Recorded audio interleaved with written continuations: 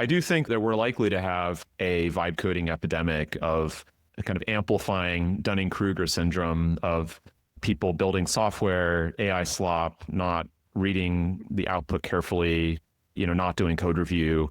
basically just letting Codex or Claude Code do its thing and then slapping up a pull request without giving it a second's thought. There's likely to be, substantial business losses because developers are deploying vibe coded software into production without sufficient coding, without sufficient code review. Of course, you can protect yourself against some of this by taking a test-driven development approach and asking the agent to build a test suite that, of course, you have to review before you set to implementation work. And in the past,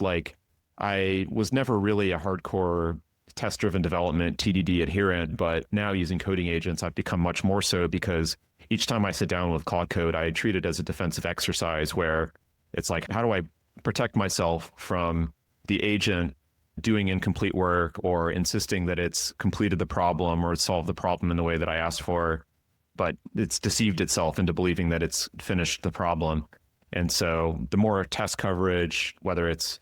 test coverage, automated checks, benchmarking suites, like all the defensive things that you would need to do already to create a piece of production software, it's even more important to do that with these agents. Otherwise,